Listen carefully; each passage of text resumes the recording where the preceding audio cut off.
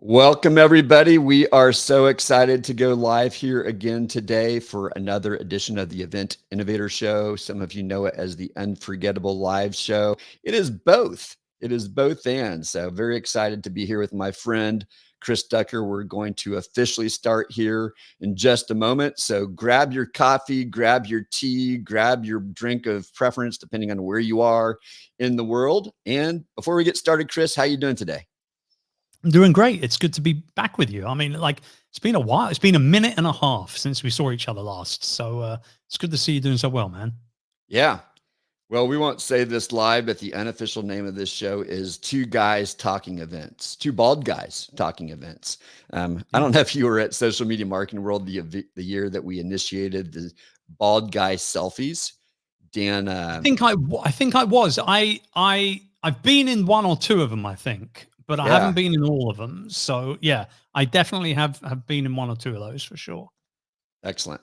Well, let's go ahead and officially start this Sure. conversation. And thank you for being here. So we'll just pause for 2 seconds.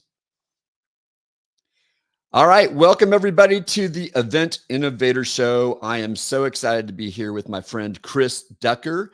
You probably know him, but if you don't, he is the mastermind behind the Youpreneur Summit, the Tropical Think Tank, and the creator of the Long Haul Leader event. He has been doing events for 15 years, and he is a serial entrepreneur. That is not the breakfast food. That means he has been an entrepreneur many times. He's a business mentor, a best-selling author, and he is on a mission. He's on a mission to help entrepreneurs build unforgettable personal brands. Hey, welcome to the show, Chris. Thank you for having me. Appreciate it. So I am really excited to dig in to talk about your new show, The Long Haul Leader. What made you want to start that show? What was the moment where you said, I've got to start another show and it's different from all the others? Yeah, I mean, how long you got? I think what it is, here's my whole mindset to live events. They change lives. That's the way I've always looked at it. And so, you know, as far back as when we started running events as a company, 2011, well, actually, no, even before that, 2010, I think we were running small events as well. But when we would bring people together, everybody would always say, oh, you know, this event has been amazing. This event has been life-changing. We would hear life-changing all the time. And when you're the person that ultimately brings people together to collaborate, to network, to build relationships, and then everybody flies home or travels home or whatever it is, they still remember it was your event that brought them together. And that's a magic pill that not many people can prescribe, because holding a live event at the level that we hold them at is not easy to do. It takes a lot of time, a lot of effort, a lot of energy, and a certain amount of money as well to be able to do that.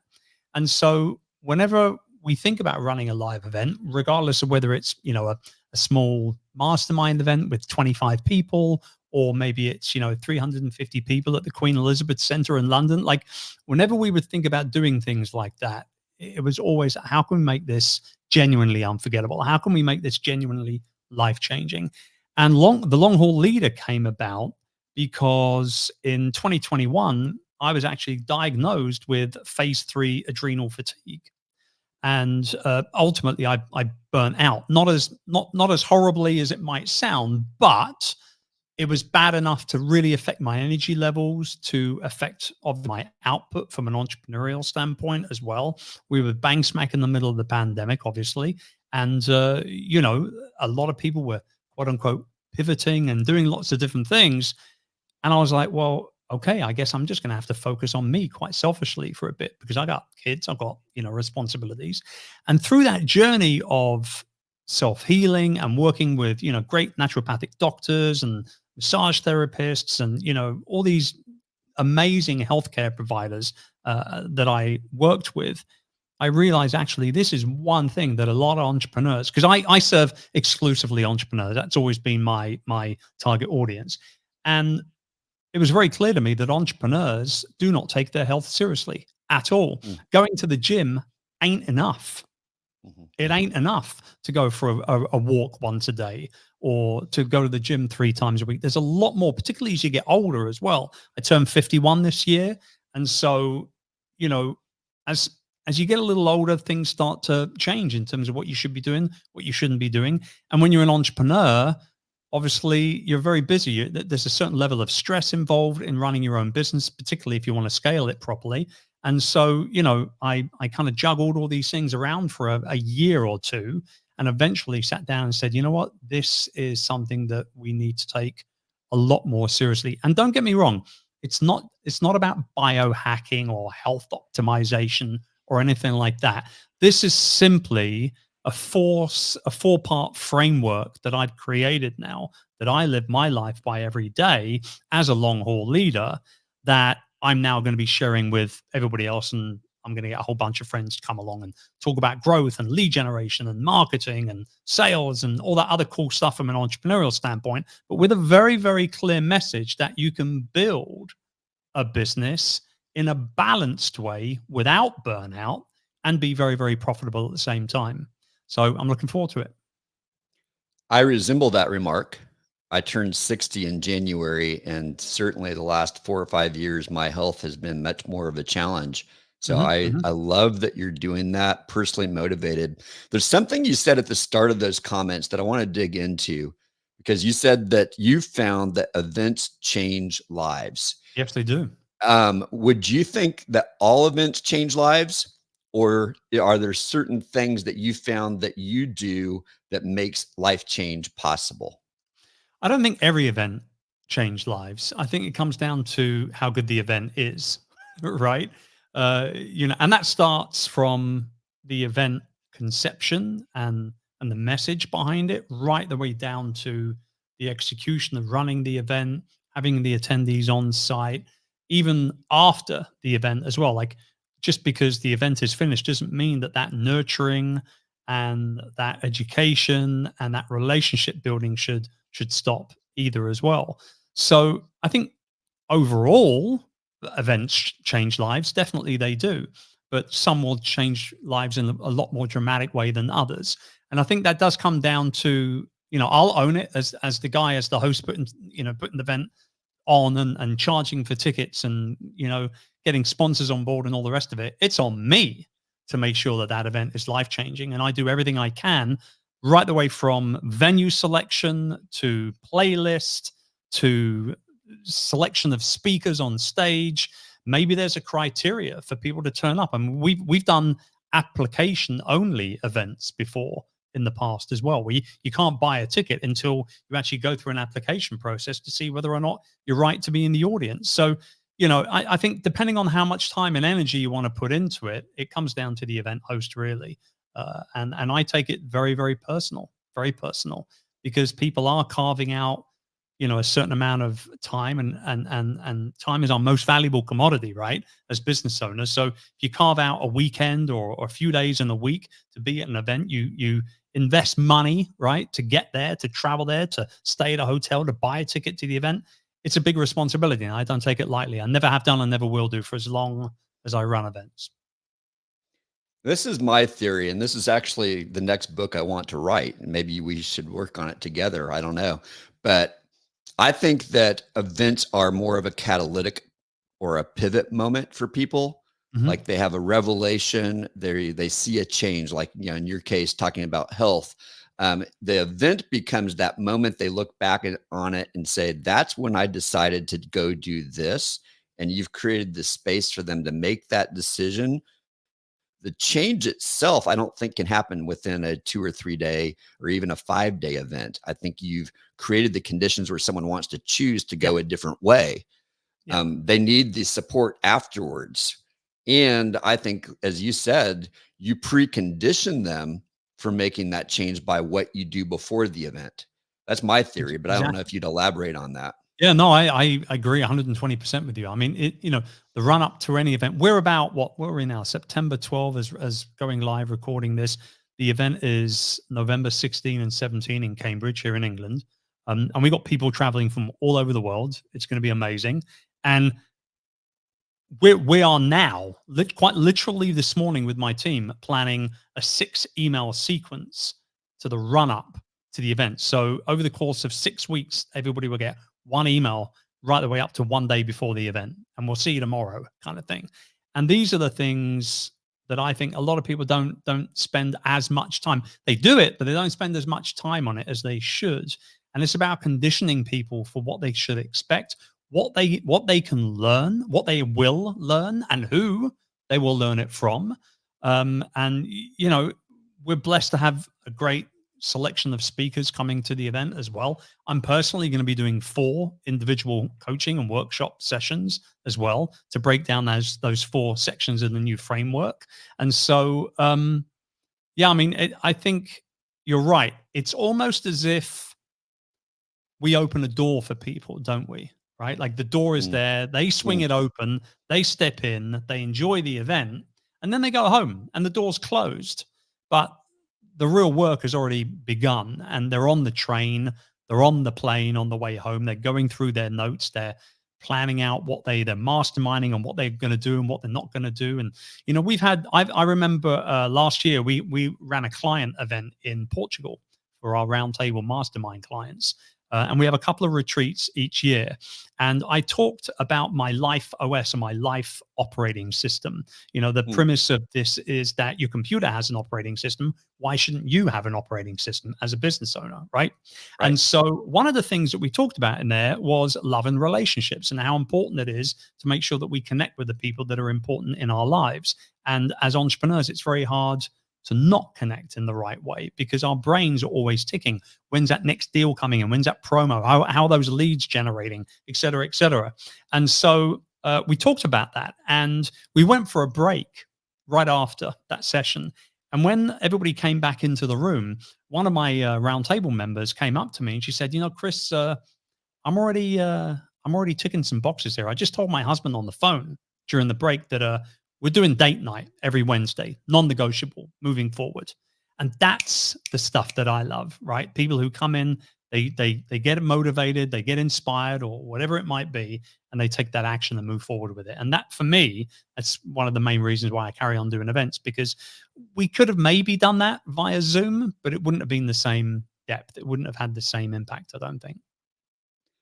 Yeah, there's something that happens when you're together, and it can be like an extended Zoom event. We saw that happen during the pandemic, obviously, but I think it's more likely to happen when you're in person because it's easier to shut out all the other noise and influences in your life. And so, you know, I was on a podcast yesterday and I had an aha moment in that podcast, and that's great. But at an event, you're having like all kinds of aha moments within conversations. And then if you do a good job, you've given yourself space, or the event organizer's done it before you go home to say, okay, what am I taking away here? What choices, what things do I need to work on? What's something I can do today or tomorrow? I feel like those are things that are critical to a great event. And many events don't do that. They just say, okay, bye. Hope you have a good life. I know you don't do that. No, no, I don't do that. And we have quite regularly run implementation workshops, 30 days post-event, 60 days, 90 days post-event as well, because I feel, and whether they are included in people's tickets or it's an upsell opportunity for people, you know, from an event host perspective, you know, very nominal amount to make sure that people are on the hook, stay on the hook, and do what they need to do to get off the hook. And I think these little things can make a big difference in the general, you know, kind of scheme of things. Now, long haul leader, I heard you say, is going to be for 100 people only. Yeah. And you've only got like 20 or 30 seats left at the moment, 2 months away. So those are available. But why did you decide on that particular size of event? What does that make possible and what does that prevent? Well, the first thing we had to figure out is, who is this event for? Because we've run very, very large events before, like it's hundreds and hundreds of people, where, you know, when you're selling that many tickets, you just got to sell the tickets, man. You got to sell the tickets, plain simple. And we've done very small events where we've had maybe, you know, 40, 50 people, you know, in terms of public events where, again, got to sell the tickets, but the way you position it, the way you lock it in place, the way you price it even can make a difference as well. And we decided pretty much early on in the planning of the Long Haul Leaders Summit, we decided that this event was not going to be for beginners. This wasn't for newbies. And that's not because we don't like working with them. We've got plenty of ways to be able to serve people that are at the beginning of their entrepreneurial journey. But it was because I felt personally called, as somebody who's been an entrepreneur for 2 decades now, I felt called to help a slightly more seasoned business owner go from, go from success, right? A certain level of success already to significance. Like, yes, I want to make more money. Yes, I want to have more energy, but I also want to be able to leave a legacy or start really focusing in on building a legacy. And generally, people who are at the very early part of the beginning, as an entrepreneur, a business owner, solopreneur, what label you want to use, up to you.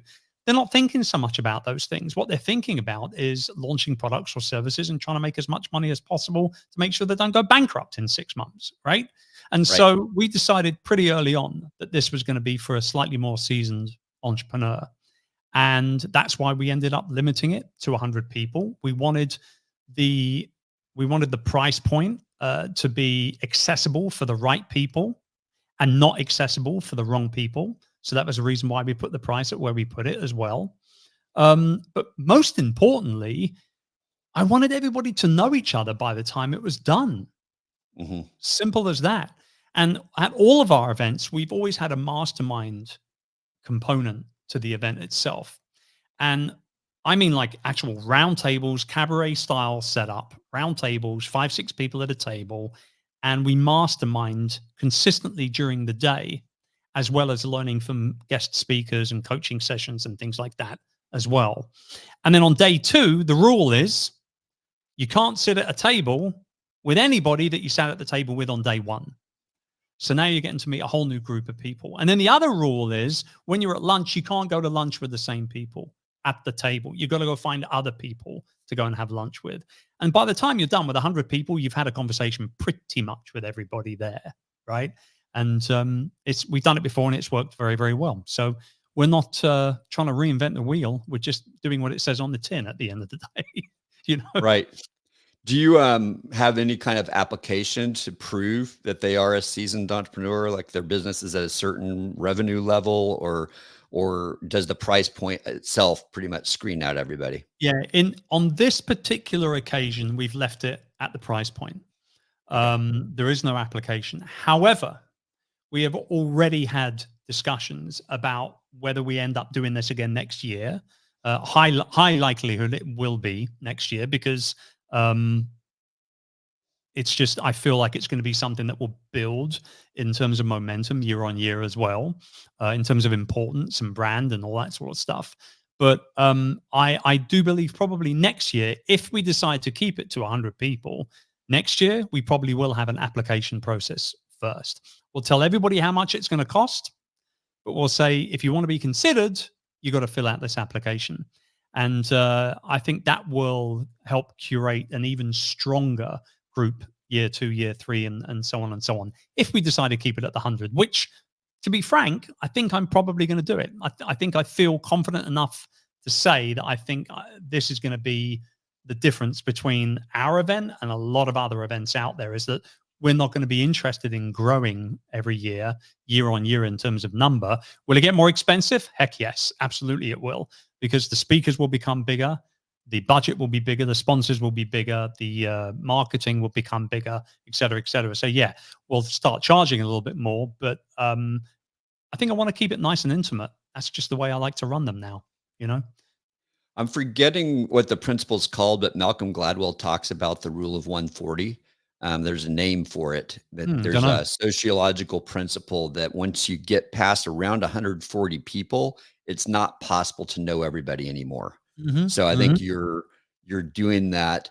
So Chris, you've done at least, I don't know how many events you've done. You said you've been doing events for 15 years, but this is a new event. And this show here is for event startups and people who are kind of reinventing their event.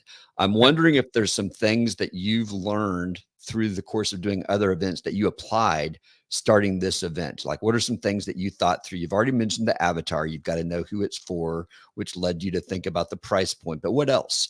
What else have you thought about that you've learned the hard way, maybe through other events, that was easier to decide about this event that others might be able to learn from? So there's a couple of very, well, there's really actually three really important things. And they're so simple that people don't spend time thinking about them. Hmm. And they should. Because they can, in my opinion, I believe these three things, although yes, very simple, can honestly make or break an event for the attendee. The first one is the coffee. Yep, coffee. Good old-fashioned coffee.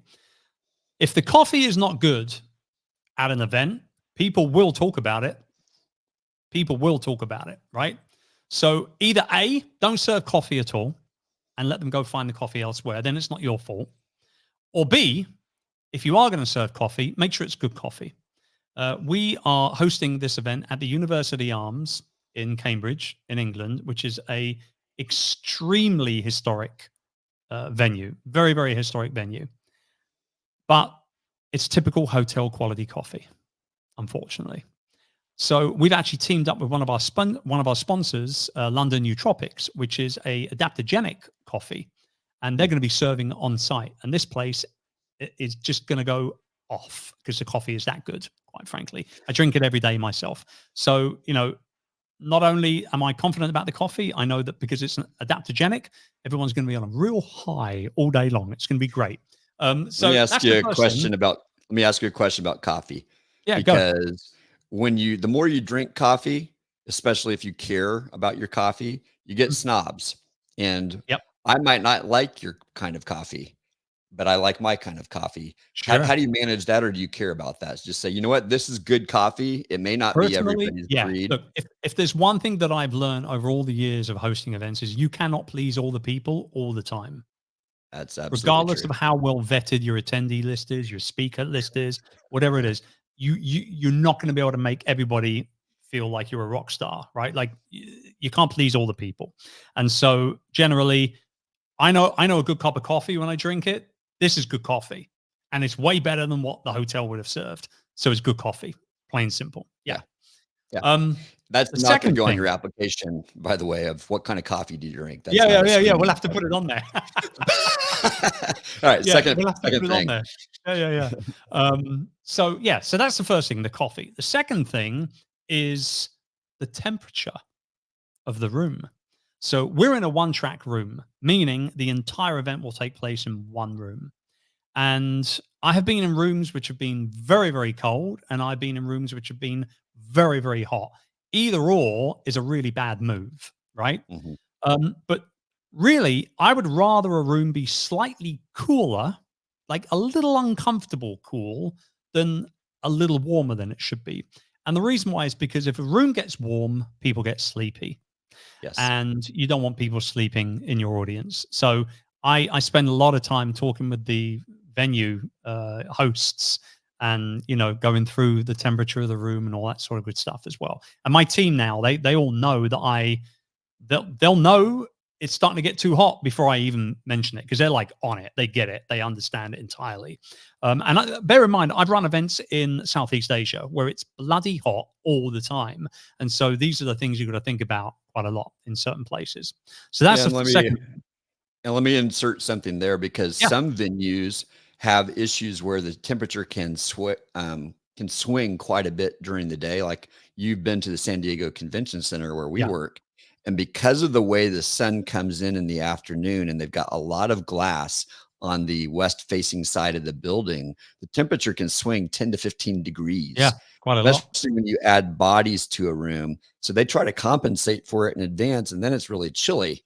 And so we'll have blankets and sweaters around and encourage people to bring it, because it's inevitable that it has to be cold, because it takes, hours sometimes to change the temperature in a huge building. So that's right. I think it's really smart to be thinking and talking about that in advance, because it's a real issue. Yeah. And with, and like you say, your listeners are not going to be renting out the San Diego Convention Center. They're going to be renting out smaller venues. So those areas are going to be a little bit more controllable in that regards, in terms of like, oh, it's too hot, let's get the AC cranked up, or vice versa, right? So exactly.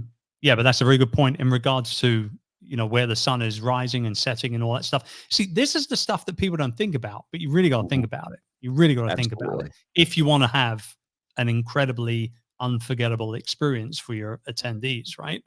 So that's number 2, temperature. And number 3 is the music. And you and I have connected on this a little bit because we're both, big music fans. And although I'm not a musician, I am a singer. I don't play anything, but I sing.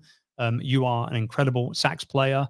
And so, we get it when it comes to music, man. You know that makes the vibe of any event, and this is the one thing. Here's the guy who in 2014 wrote the book Virtual Freedom on how to delegate your entire life, basically.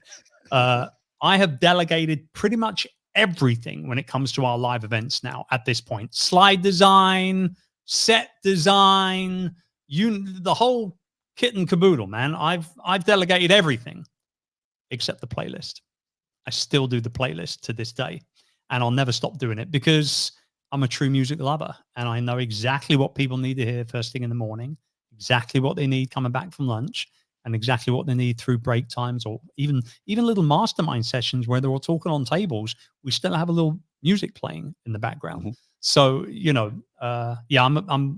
I'm big on the music side of things. I spend a lot of time on that. So this is one of the things that we wanted to talk about in this conversation, because we called it innovation and curated experiences. So this is where it's curated. Talk through some of your philosophy of how you pick that. I know there's an intuitive side of it. You just know this is the song, but there's got to be a way that you're thinking about it that others can learn from. So let's start with start of the day, or when they first arrive at the event, or what are the places? Let's first start there. What are the places that you're designing music for in advance? And then how do you think about what they need in those moments? Well, generally there's 2 main places. There's the room where the event is taking place. And I've always ever run single track events. I've never run a multi-track event. So I always have just one place I need to worry about in terms of that. And then secondly, it's the break area, right? So whether that be a mezzanine or a balcony or whatever the case may be. So they're really the 2 areas. We've always, the first thing we do is we look at the attendees. Okay. And actually, one of the other nice things about keeping an event relatively intimate is that by the time you get to a week before the event, you've pretty much sold every ticket you're going to sell. You might get maybe 1 or 2 extras come in right at the last minute, but pretty much within a week, 10 days, you've sold all your events, or all your tickets rather. So we actually pull up the social media platforms of our attendees, and we take a very clear look at who we're serving in the room. And one thing that we noticed, and actually this has been the case for us personally as a business, for probably the last decade, we have noticed that we attract a midlife-y type of attendee, somebody in their early 40s to late 50s. That's the kind of window, and maybe even a little earlier on in terms of mid 50s, possibly. And so with that in mind, it becomes a lot easier to pick the music, because that's my age group. And so, right, well, what would I want to listen to if I was at a live event?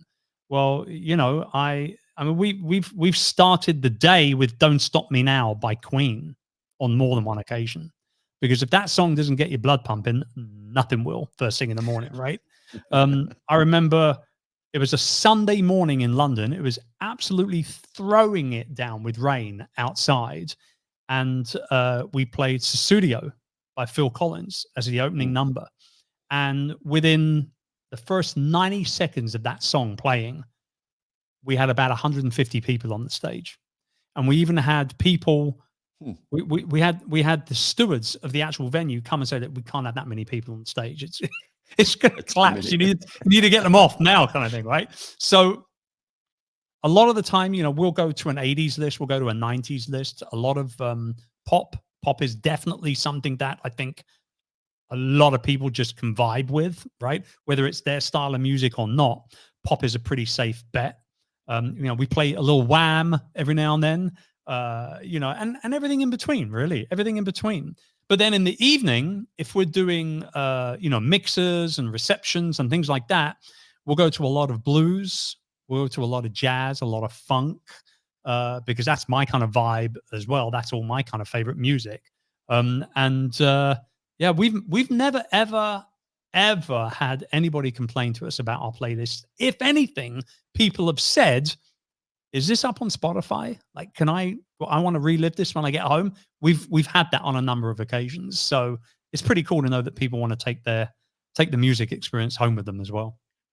And do you make a Spotify list of your I think music, there or how do was you? one. There was one. We haven't left them up there for ages or anything like that. But there was one up there for the Youpreneur Summit at some point. Mhm. And I don't honestly don't know whether it's still up there or not, if I'm to be honest, Phil. But we just say, hey, these are the songs. Go listen to them, and what's really cool is that it could be 6 months after the event takes place, and somebody will have like a little dance break in the middle of the afternoon while working at home, and they're listening to Freedom by George Michael or something that they heard at one of the events, and they'll tag me and they say, at Chris Ducker, thinking of you this afternoon. I'll never forget that moment when blah blah blah blah blah blah blah. And so these are little things that really make me happy, because I spend a lot of time and energy on the playlist side of things. I think you said that you get so detailed as to think about specific moments within the event and what songs should be playing there, not only when the day starts. You talked about if there's mastermind time at tables, Yeah. there's a certain kind of music. Good. Let's start there. I'm gonna walk you through a couple of instances. What do you play during those kind of break times when they need to do some deep work? So if they're in a mastermind session, it's almost always ESM style focused type of music, Okay. lo-fi kind of MIDI beat sort of stuff. Mhm. It's not my kind of music. I don't listen to it when I work or anything like that. Actually, I don't listen to any music when I work, believe it or not. I just like to be all in on it. But then I'll listen to music almost every evening on my record player, right? So yeah, it's almost always going to be ESM of some variety, something, some sort of a focus playlist on Spotify or something along those lines. And just a quick aside, are you the one that's calling for any changes during the event, or do you have a DJ there that's helping you make some of those calls during the event? So it depends on the venue, right? Okay. Depends on the venue. Um, for example, for the Long Haul Leaders Summit, we'll have an AV team on site, obviously, but everything is going to be controlled by my daughter, Chloe, when it comes to the musical side of things. So she is our COO at Youpreneur. She's been working with the business for 5 years now, and she knows me really, really well when it comes to the music. I actually talking about Phil Collins, not to get off subject here, but you'll like this as a music guy and a dad as well. We I took her to go and see Phil Collins at the Royal Albert Hall in London many years Mm, ago. And at the time she must have been, I don't know, 17, I think at the time, something like that.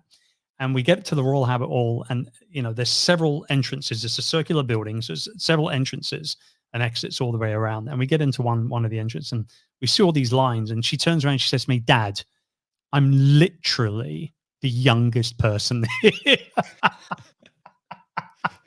And I said to her, "It doesn't matter.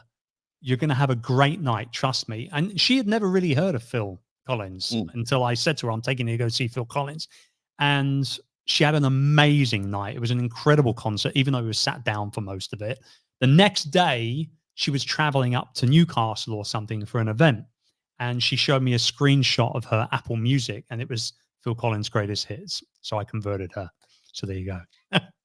It's fun as dads to be able to have those musical moments. I Yeah. I pulled together a playlist with some friends for our class of '83. That was when I graduated high school reunion. That was last year. It was our 40th. And so she and I were driving to my daughter's wedding an hour and a half away. And so I said, "Hey, I'm going to put this playlist on and see what you think." She's like singing with me to more than half the songs. Like, she knows them, and there's songs that she appreciates and can respect. And it's Right. like a cool dad-daughter moment, not That's knowing. And awesome. my son's listening tastes are even more eclectic than my own. So it's really Yeah. fun. Yeah.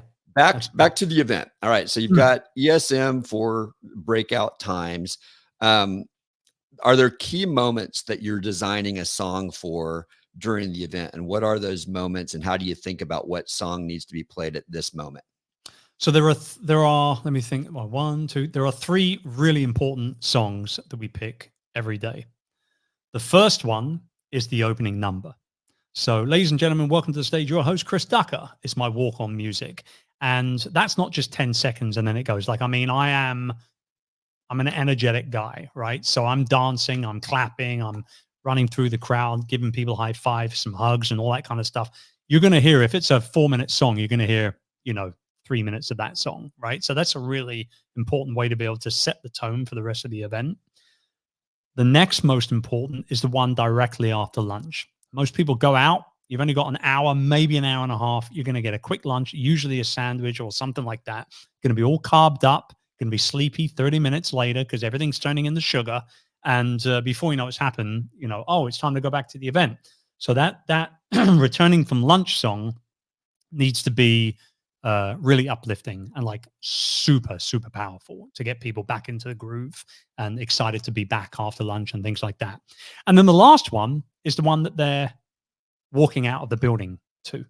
So at the very end, we'll see you tomorrow. I hope you enjoyed day one.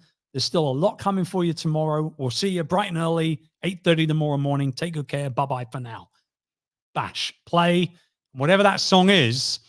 It's usually something that's maybe a little bit more emotional, a little bit more thought-provoking, something that will maybe take them back a little bit to something that might have happened earlier on in that day. It's not usually super upbeat or poppy or anything like that. We're not playing the Carpenters or anything like that. But I mean, we're we're letting people walk out in a slightly more relaxed state, thinking about what they've been through that day, and hopefully looking forward to another day the next day. So when the person reached out to you 6 months after the event, said that they were listening to a song and it made them think of you in the event, was it one of those three types of songs was it that they That remembered? was after lunch. It was an The after after lunch song. lunch And song. it was George Michael's Freedom. No, not Freedom, sorry, Faith. George Michael's Faith. And Sure. if you see the music video to that, there's a part where he's got his back turned to the camera and he's kind of shaking his booty a little bit with his guitar. So that's basically what I did on stage. And everybody remembers that moment. Why would they forget it, Phil? It was an incredible moment. I mean, it was definitely unforgettable. Maybe not in the best sense of the word, but who knows? Oh, depends on what the vibe of the room is, brother. Depends on what the vibe of the room is. No, it's curious because there's an emotional connection that can be created with music, especially if it's attached to a moment where people are making big changes. So I was expecting that you would say is the song at the end of the day, because if you set that up as, hey, today's been a big day about X, Y, or Z, Yeah. And as they're going out and they're thinking about it, that's when that might make a connection for them. But I can also see after lunch, if you're doing something fun and energetic and bringing them back from whatever they were talking about at lunch. And now it's like, okay, let's set our intentions again for the rest of the day. And the song is helping with that. I can see that could make a connection. Yeah, I mean, I remember one moment actually. We had a song by a UK band called M People from the very early 90s. And it was a song called Search for the Hero Inside Yourself, or that's part of the lyrics. I think it's just maybe hero or search for the hero. It's a pretty catchy track, but it's not a super kind of fast song or anything like that. And as we were leaving, almost everybody was out of the room. Myself and my wife and my team were leaving. Somebody stopped me and said to me, this is the perfect one, Chris. This is the perfect song, because that's what I need to do. Like, you're teaching us how to be leaders and how to be experts. I need to search for the hero inside me so I can help other people find it. And I was like, damn, that's a connection right there. Like, she totally got it. She totally got it. And so, these are the things that, I don't know. I mean, we could talk all day on music because we're both musically inclined fellas, but I mean, it's, I think, not that many people focus on it the way they should. They might focus on that opening number, but maybe not as much as they should. And really, I mean, one of the most fun memories, probably right up there, the number one most fun memory of all of the events that I've hosted in the years was the inaugural Youpreneur Summit in 2017. And what had happened was, a few years prior to that, I had been at the National Speakers Association in Philadelphia at their annual conference. And they had incredible, I can't remember the gentleman's name now, who was the kind of the main man of the NSA at the time. Because they were in Philly, they did this amazing opening video of him running through the streets of Philadelphia like Rocky Balboa, and Mhm. running up the stairs of the museum, and, shadow boxing and everything. And then, ladies and gentlemen, your host, the back doors opened up, the spot went on, and the music carried on playing. That Rocky anthem carried on playing. And he walked in, and he had the gray tracksuit on, the hood up, and they'd sprayed him with water and whatnot. And he started, "Yo, Adrian," and all this kind of stuff. And I just thought, what a great way to enter the event that you're hosting. That's such a cool idea. I said, one day I'm going to use that. And we did.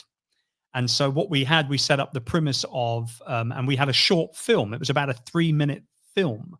One of my friends is a guerrilla filmmaker. And in one day in London, I was running around with a Union Jack waistcoat and bow tie on all over the city of London.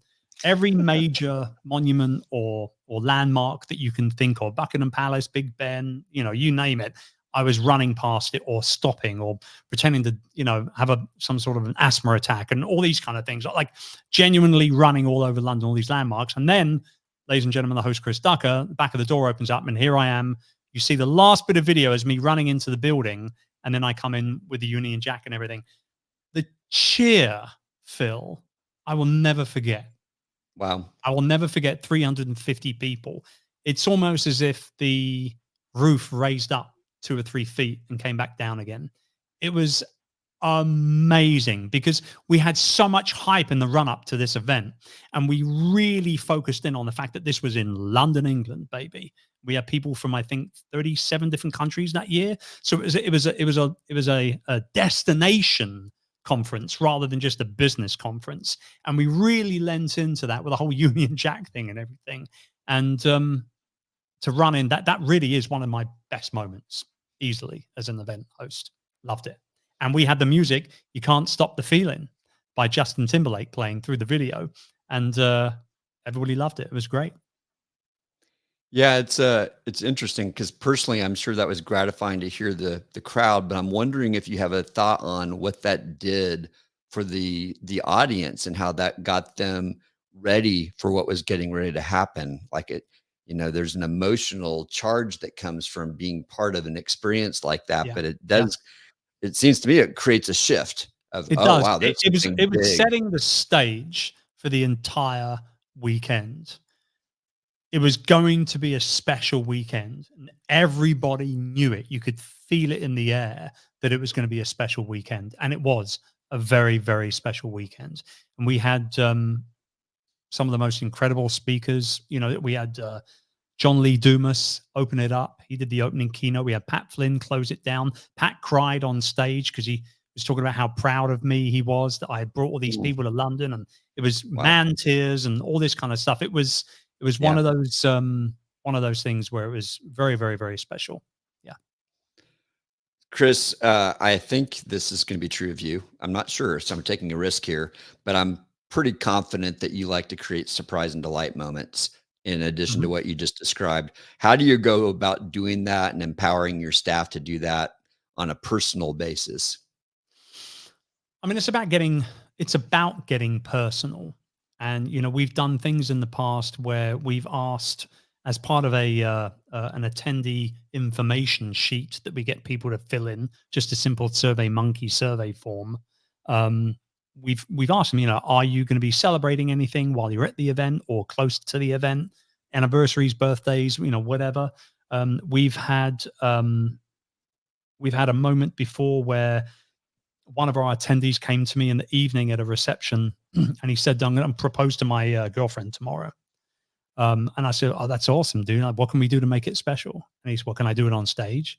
Hell yes, you can do it on stage.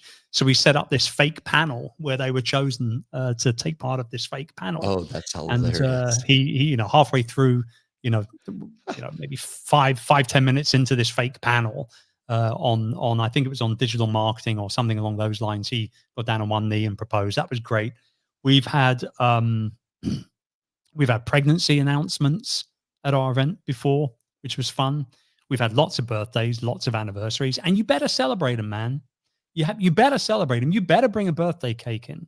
You better have the entire crowd sing happy birthday. You better, Mother's Day. We did an event on Mother's Day once, and we bought every single mum that was there a bouquet of flowers. Cost me thousands of dollars, but they'll never forget it. They'll never Oh forget yeah. it. These are little things. Yeah. Yeah, I think those opportunities are there if you pay attention. And I love the fact that you said that you go and look these people up on social media to see what you can find and learn about them. And especially when you're at 100-person size of event, there's no reason why you don't get to know them, so that when they show up, you can greet them. You've got personal information, not creepy, but just, hey, I saw you just celebrated a birthday, or hey, congrats on that promotion that you just got, or whatever it might be. I think that opens up the door for a lot of great connections. Speaking of connections, you've talked about everybody getting to meet each other during the event.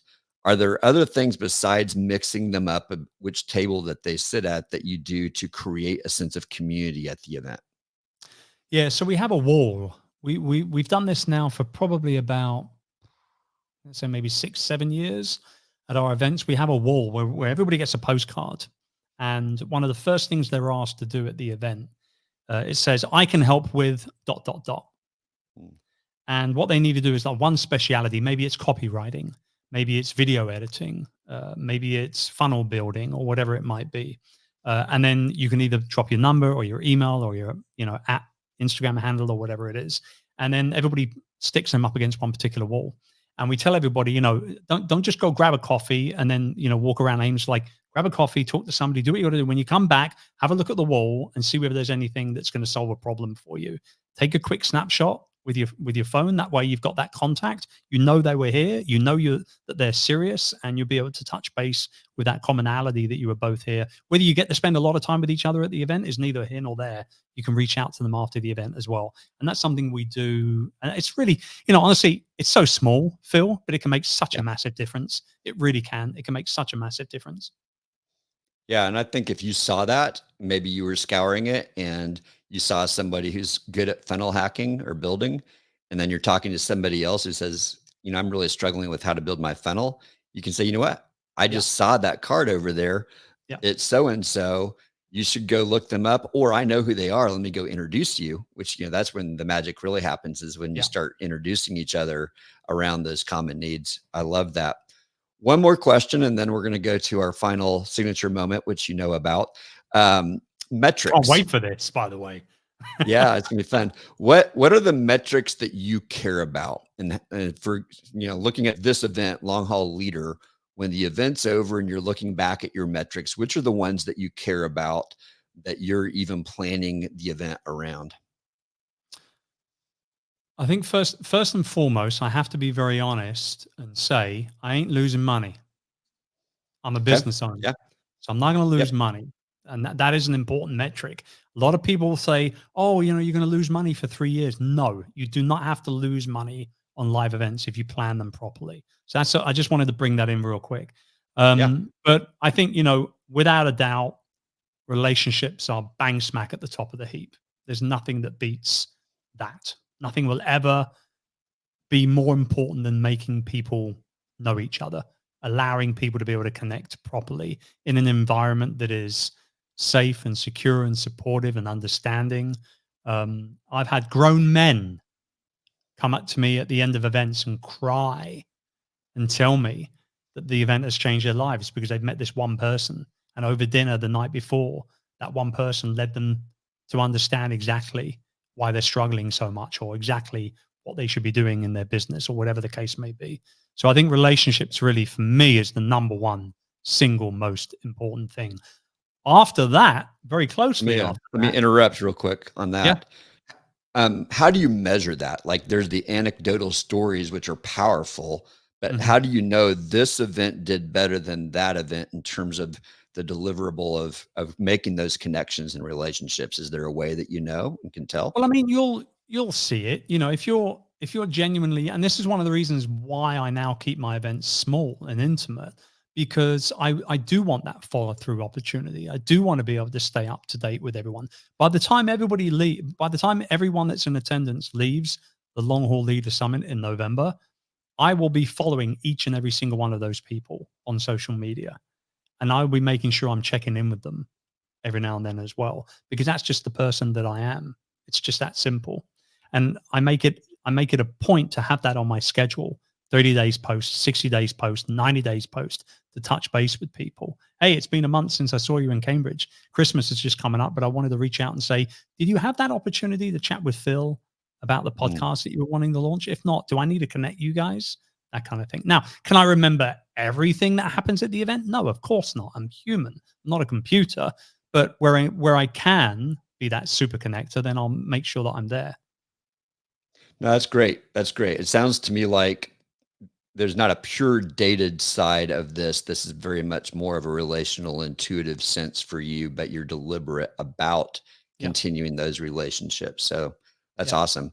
You're going to say your second thing that you measure besides, Yeah. The you know, second thing making is, and it's quite close to it, the one thing that we do at all of our events, and again, because they're entrepreneurial events, we get the opportunity to have a space for people to actually start planning the action steps post event that they're going to be taking. And it changes slightly from one event to another, but it's always going to be there. And it's quite literally the final thing that we do with each other before a little bit of a wrap up. And it's pen and paper, and it's head down moments, and it's hard questions, and it's easy questions, it's fun questions, and it's setting goals, and even setting. We have a thing called where we talk about, is the juice worth the squeeze? So is the juice worth the squeeze? When everything's said and done, what's your juice worth the squeeze reward? If you hit your goals, what's the reward going to be? So we get people to write down what they're going to do, or maybe it's a spa weekend, or a week overseas, or all these things, and people share. And so for me, the action taking becomes very, very important as well as just the relationships. Post event, it's one thing to say you're going to do something, but it's a whole different animal to actually make sure that you take the action steps to go ahead and do it. And they're the kind of people that I want to end up working with over the long term, obviously. this is amazing. Well, Chris, I appreciate you being on the show. We're going to have our signature moment in just a second, but one more time, longhaulleader.com is the place to go if you want to go to this event. If it sounds like it's your kind of event, there are tickets still remaining as of right now, 2 months out from the event, depending on when you're listening to this. That may not be true any longer. Chris, where would you have people go to follow you besides that site, or are all your links on that site? Yeah, if you want to follow on Insta, that's a cool place to sort of just connect and send me a message and say hi, just at Chris Ducker on Instagram, or just go to chrisducker.com and you've got all the links in the world for everything over there. Fantastic. All right. So here's how we do this signature moment.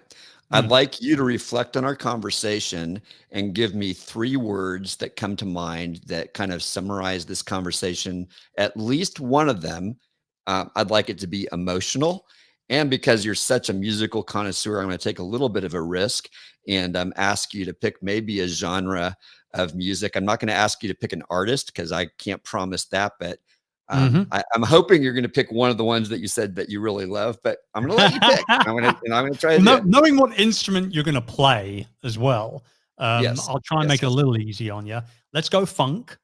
And that's where I was hoping you would go. Okay, let's go funk, and let's go in line with Maceo Parker. I'm sure you know who that man is if you're a sax guy. So that would be cool. But 3 words: energetic, thought-provoking, aspirational.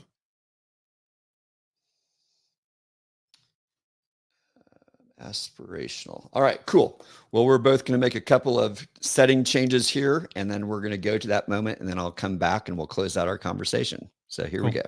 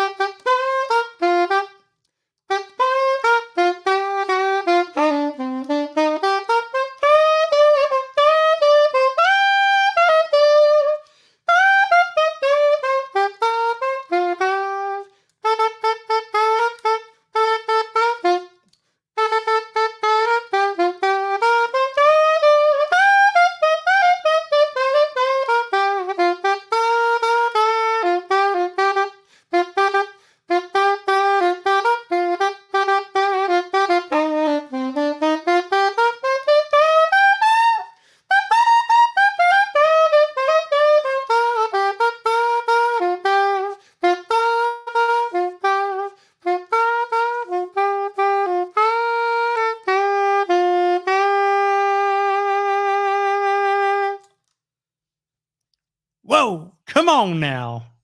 Come on now. Woo! Yeah, I'm liking. A little bit of jam time, jamming with two bald guys. It's been a great show. Thank you, Chris, for being on the show. Really appreciate it. Everybody go follow Chris at chrisducker.com. If you want to go check out his show, longhaulleader.com over there in Cambridge. I wish I could make it this year, but maybe some year I'll make it over. Thank you guys for joining. Chris, any final words?